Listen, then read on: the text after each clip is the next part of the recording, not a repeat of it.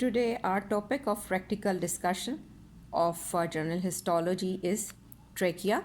Before this, we have learned about the histological feature of the larynx. We will continue today with the next topic, that is trachea. In trachea, you can see that they are made up of cartilaginous rim, C-shaped rim all around, starting from the lower end of the larynx and ending up to where it bifurcates at the level of T5 thoracic vertebrae. Vertebral level, if you see or count from your posterior aspect what level of the vertebra is. Thoracic 5 is the level where it has to bifurcate into the main principal bronchi on the both side. We will discuss later on how they are going to give rise after this principal bronchi. They are going to give rise to the secondary bronchi. Again, they are going to divide it into tertiary bronchi and so on. So first, focus on the trachea grossly. Even you can feel it in your neck. The hard cartilaginous tissue on the anterior aspect of your neck is the trachea. You can feel that in between these tracheal ring, there is a dense fibroelastic connective tissue that joins upward, downwards. These are placed or packed upside down with the help of this membrane that connects it. So a very good function of it is that we can we can do tracheostomy here for clinical intervention. So this membrane is also helpful in a sense that to allow surgical procedure, and let's see how histologically it is appearing. We have to learn the cross section or transverse section of the trachea. Here you have to concentrate on another schematic diagram. I'll show you that if we cut, now you are looking it into the anterior towards the posterior. This is the transverse view like this. This is the anterior view we have to discuss, but here you have to concentrate the C-shaped cartilage, which is hyaline cartilage. It is not connected on its posterior aspect, or you can see the two posterior ends of this hyaline cartilage, and it is being connected with each other through the fine fibromuscular membrane consisting of the elastic fibers and the trachealis muscle. Interestingly, that is made up of the smooth muscles. So it means that the posterior aspect of your trachea allows the movement of the trachea during inspiration and expiration.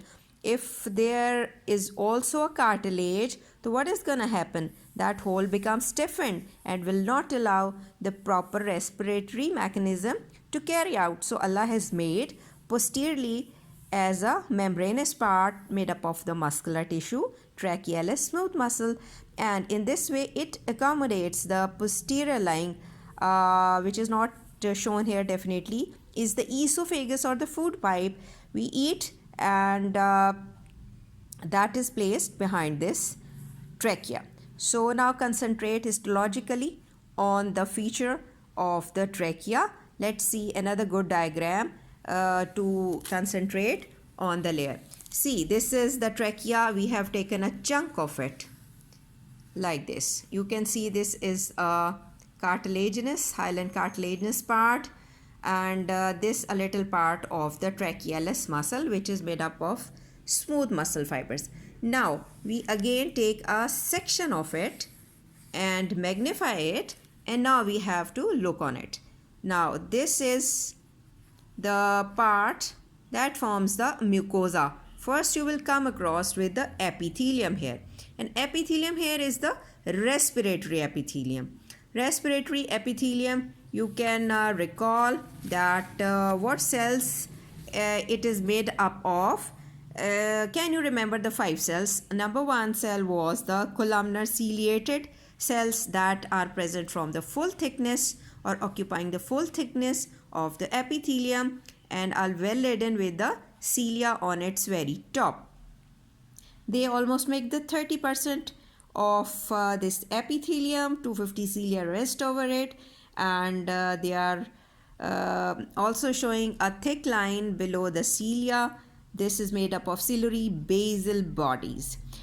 This cilia, when they move, what they do the sweeping action, like can you imagine a broom cleaning the mucosal mucus secreting coat and make the surface free. So they act accordingly because the cilia are motile. So one cell that forms the respiratory epithelium is columnar ciliated.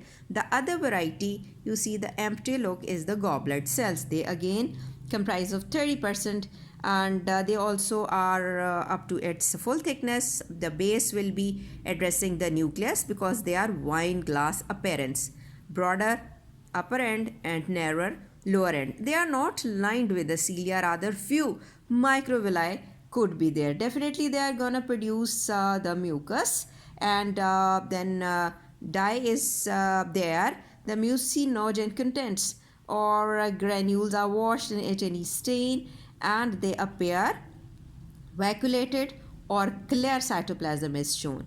Then we observe there is another type of cells near the base called as basal cells, small, rounded, and they are what meant for mitotic activity, acting as a stem cell. And you can see that their nuclei are very closer and they form a row in the closer proximity to the thick basal lamina here. They also form the 30% of it. So after these three cells, we will come across rest of the two cells. We can name them as brush cells.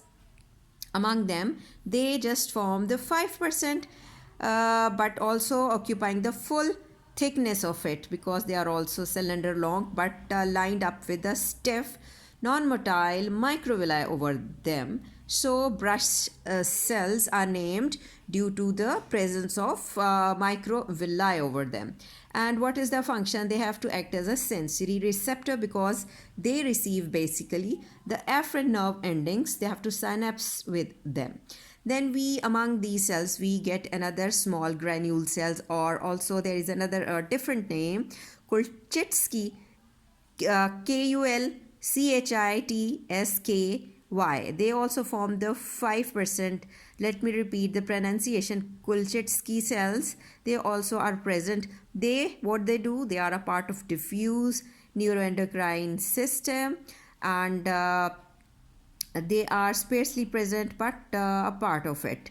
So consisting of dense core granules in it. So let me repeat the name again here. The columnar ciliated, the goblet cell, the brush cells, the basal cell, stem cell or basal cell is the same, and the small granule. So after moving from the epithelium towards the next layer of the mucosa is the lamina propria. Lamina propria is the in a form that a lamination in a proper way, consisting of loose connective tissue. Definitely you would see the ground substance there, fibers, elastic, reticular.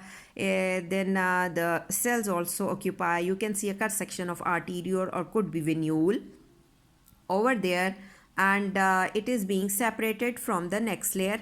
You call it as submucosa with the help of a very prominent longitudinally running elastic fiber. Now you have to enter into the submucosa, again consisting of loose connective tissue, but you can see so many cut section of mucus and serous gland. So here the maximum number of the glands are serous. Few of them are mucus, which resembles that of adipose tissue, but now you know that these are mucus glands having a covering of serous demillions. Okay, they are variety existing here, simple branch tubuloacinar. So they are supposed to secrete the serous and the mucus secretion to give lubrication, and this moist surface is due to the underlying of these glands over there.